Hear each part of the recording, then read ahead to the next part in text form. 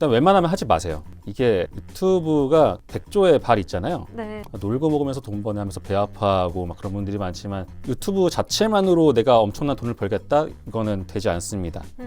그러면 지금 다시 돌아간다면 전업으로까지는 안 하실 걸까요? 그래도 할 것 같아요. 아, 그래요? 저는 그 이유는 뭐예요? 일단은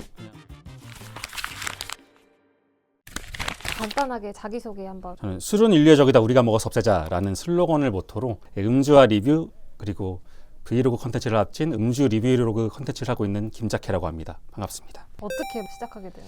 일단은 제가 술을 원래 좋아했었고 결혼을 하고 나니까 이제 약간 더 책임감이 생기면서 기왕 먹을 술이면 좀 더 생산적으로 먹자. 그래서 이거를 내가 술을 먹는 걸 찍어서 올려보면 어떨까 해가지고, 그리고 플러스로 제가 원래는 시작할 땐 직장이었다 보니까 약간 미래 먹거리를 미리 마련해 놓는 치킨집을 미리 차려놓는 느낌으로 딱 시작을 하게 됐죠. 아, 그럼 원래 주업은 어떤 거였어요? 제가 원래 이제 패션 쪽에 MD 업무를 했었는데 회사에 남아서 계속 이제 안정된 고연봉을 노릴 것이냐 아니면 빨리 나와서 치킨집을 빨리 차릴 것이냐, 이제 룸메한테 말을 했는데 룸메가 의외로 이틀 만에 허락을 해줬어요. 아, 오케이 하고 바로 다음 주 월요일에 가서 팀장님 면담하고 싶습니다 해가지고 바로 연차를 몰아쓰고 나왔습니다. 그러면 지금 다시 돌아간다면 전업으로까지는 안 하실 걸까요? 그래도 할 것 같아요. 저는 그 이유는 뭐예요? 내가 하는 만큼 나한테 돌아온다는 게 약간 이렇게 좀 참을 수 없는 유혹이죠. 하지만 일단 웬만하면 하지 마세요. 이게 유튜브가 백조의 발 있잖아요. 네. 놀고 먹으면서 돈 버네 하면서 배 아파하고 막 그런 분들이 많지만 생각보다 이 편집이라는 작업이 굉장히 뭐 쉬운 일이 아니고 시간이나 노동이나 엄청 많이 잡아먹는 일이고, 저도 영상 하나 만드는데 50시간 걸리거든요. 촬영까지 포함해서. 회사 다니면서 할 때는 제 룸메한테 너무 미안하지만 평일에는 평일인 대로 퇴근하자마자 계속 한 새벽 2시까지 막 편집을 하고, 그리고 주말이면 주말인대로 밀린 편집을 또 하고 하느라 한 룸메랑 주말에 같이 외출해 본 게 한 2, 3년 이상 없었던 것 같아요. 그래서 정말 많이 노동집약적인 분야라는 거를 아시면 좋겠고, 그런 들어가는 품에 비해서 사실상 유튜브 자체만으로 내가 엄청난 돈을 벌겠다? 이거는 되지 않습니다. 이거를 통해서 내가 다른 무언가의 시너지를 얻고, 하다못해 뭐 가장 기본적인 뭐 외부 광고를 받는다든지 유튜브 네. 스토어 그런 걸 한다든지, 그렇다고 이거를 내가 당연히 이렇게 될 거라고 생각하면 안 됩니다.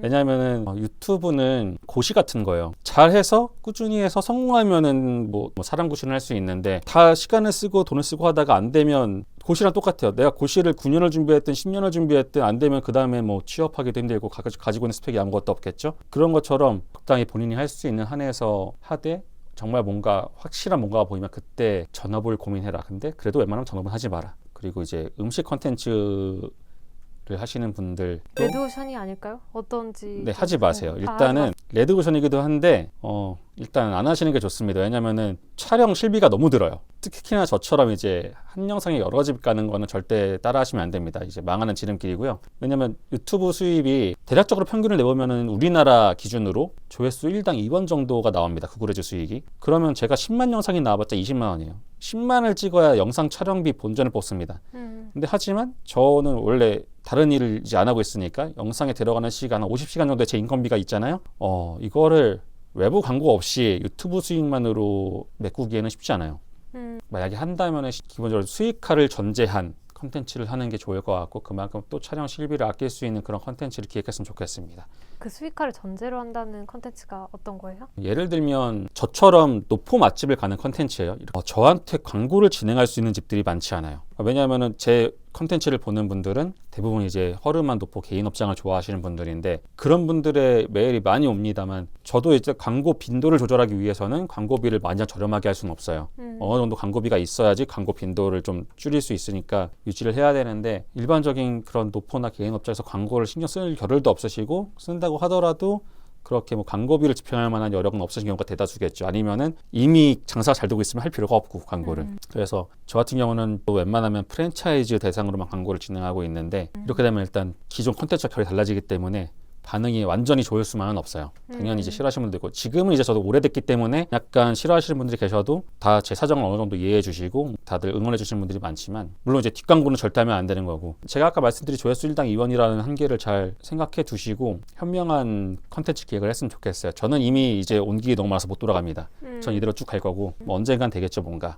비난 댓글이나 네. 뭐 이런 것도 있을 수 있을 것 같은데. 많죠. 그런 것들에 대해서 뭐 멘탈이 뭔가 괜찮으세요? 저는 원래 제가 되게 센 줄 알았어요. 나를 모르는 불특정 다수의 대중에게 내가 알려진다는 게 어느 정도의 스트레스인지는 대보지 않은 사람은 모릅니다. 저도 몰랐어요. 직접 느껴보니까 일단은 저는 얼굴 노출이 안 되는데도 불구하고 초반에 약간 채널이 갑자기 성장할 때 약간의 대인 기피나 이런 느낌이 왔었고, 왜냐면은 사람들은, 저는 아무도 몰라요, 이 사람들을. 근데 이 사람들은 언제 어디서 저를 보고 얘가 이랬다더라 이런 막 얘기를 할 줄 모르니까 그런 것도 있었고, 전 약간 비겁한 걸 싫어해서, 이 사람들은 아무것도 안 걸고 익명성 뒤에 숨어서 저를 공격하는 거잖아요. 저는 제 채널이 걸려 있고 네. 실체가 있는데, 그래서 좀 많이 싸웠죠. 건방진 생각이었죠. 되게 나쁜 댓글들에 대해서 내가 약간 계몽을 시켜줘야겠다, 이런 못된 소리를 하고 있다니, 그리고 너무 바보 같은 말이야 하면서 일일이 싸웠었는데, 싸우다 보니까 사실 점은 저대로 제 이미지만 안 좋아지고 이 유튜버는 뭔데 이렇게 시청자랑 싸우냐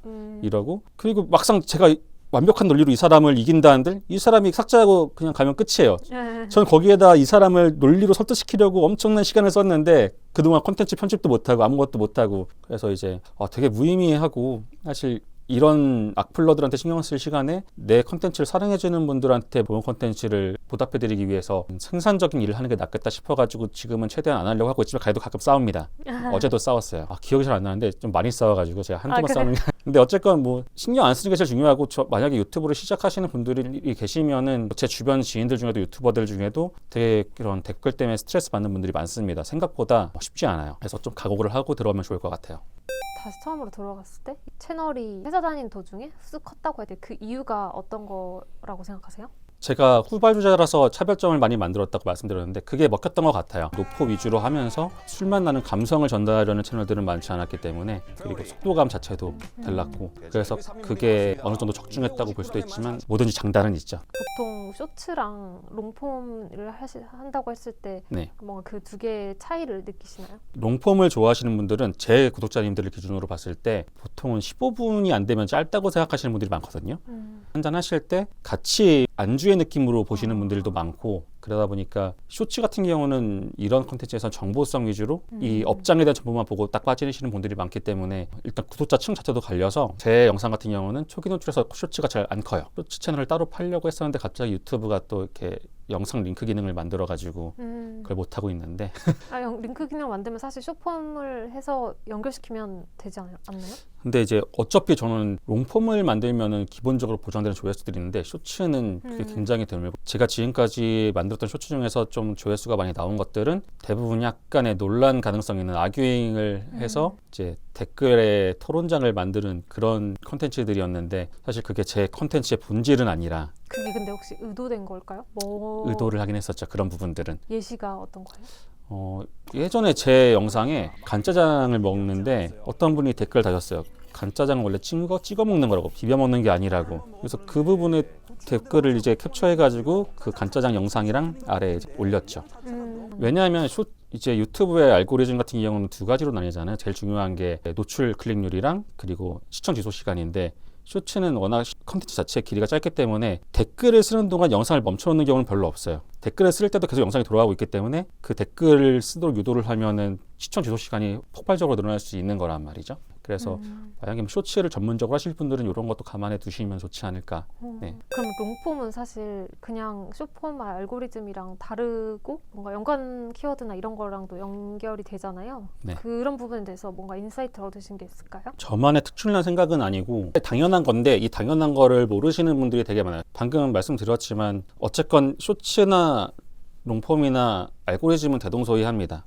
제일 중요한 거는 사람들이 많이 클릭을 하고 많이 보고 오랫동안 보는 거예요. 왜냐하면 유튜브라는 플랫폼 입장에서 생각을 해봤을 때 이 시청자들을, 유튜브 이용자들을 최대한 오래 내 플랫폼에 체류시키고 싶을 거 아니에요. 그러면은 당연히 이제 오래 보도록 유도를 해야 되는데, 이거를 생각 못 하시는 분들은 이 타겟팅을 신경을 안 씁니다. 이 타겟팅을 너무 뭉툭하게 잡으면은 이 타겟이 모호해지고 또 약간 경쟁도 심화될 거고요. 그렇다고 너무 뾰족하게 잡으면은 결국 그 소비자 풀에 한계가 있어서 어느 정도 이상의 성장이 힘들 거고요. 저는 후자 쪽에 속한다고 생각하지만, 그래서 이 타겟을 정해야 되는데, 제 주변에 이제 성공한 유튜버들은 이미 다 성공했으니까 그걸 알지만, 새로 시작하시는 분들이나 준비하시는 분들 중에서는 그냥 되는 대로 막 찍어 올리는 분들이 계세요. 물론 이게 취미 삼아 할 거면 나쁘지 않습니다. 굉장히 그걸로 보람을 느끼고 즐겁다면 상관이 없는데 유튜브를 업으로 하고 싶고 키우고 싶다라는 생각이면 어떤 고객들에게 보여주고 어떤 매력 포인트로 인해서 선택받을 것인가를 미리 좀 염두에 두고서 기획을 하는 게 유튜브 기획의 50% 이상을 차지하지 않을까 생각합니다. 역지사지죠. 제가 유튜브 구독자였을 때 이런 게 아쉬웠다 느끼는 거에서 제 컨텐츠 기획에 반영을 했듯이 예를 들어서 내가 어떤 채널에서 마술을 하기로 구독을 했는데 어느 날은 갑자기 춤을 추고 어느 날은 갑자기 맛집을 가고 이러면은 나는 마술을 보려고 구독했는데 하고서 구독을 취소할 거 아니에요? 아니면 그걸 계속 보지 않겠죠? 근데 이렇게 되면 이제 초기에 유튜브에서 노출을 시키는 건 구독자들부터 노출을 해주고 그 중에서 많은 분들이 보기로 선택을 하고 오래 보면은 이 컨텐츠가 양질의 컨텐츠다라고 판단을 해서 더 많은 분들에게 보여주고 그 많은 사람들 중에서 또 많은 사람들이 보기로 선택을 하고 더 오래 보고 있으면은 점점점 이게 노출 범위를 넓혀주고 그 영상을 밀어주게 되는 건데 그거를 일단 내가 어떤 컨텐츠를 할지 채널의 메인 결을 정해두지 않으면은 초기에 날 구독했던 사람들이 그걸 안 봐요. 이게 더 사실 구독자가 없는 것보다 더 무서운 거예요. 내 구독자들이 날 보지 않는다는 거든. 초기에 내 컨텐츠가 노출되는 사람들이 내 걸 보지 않는다는 거니까 결국 이제 영원히 내 채널이 클 수 있는 일은 없겠죠.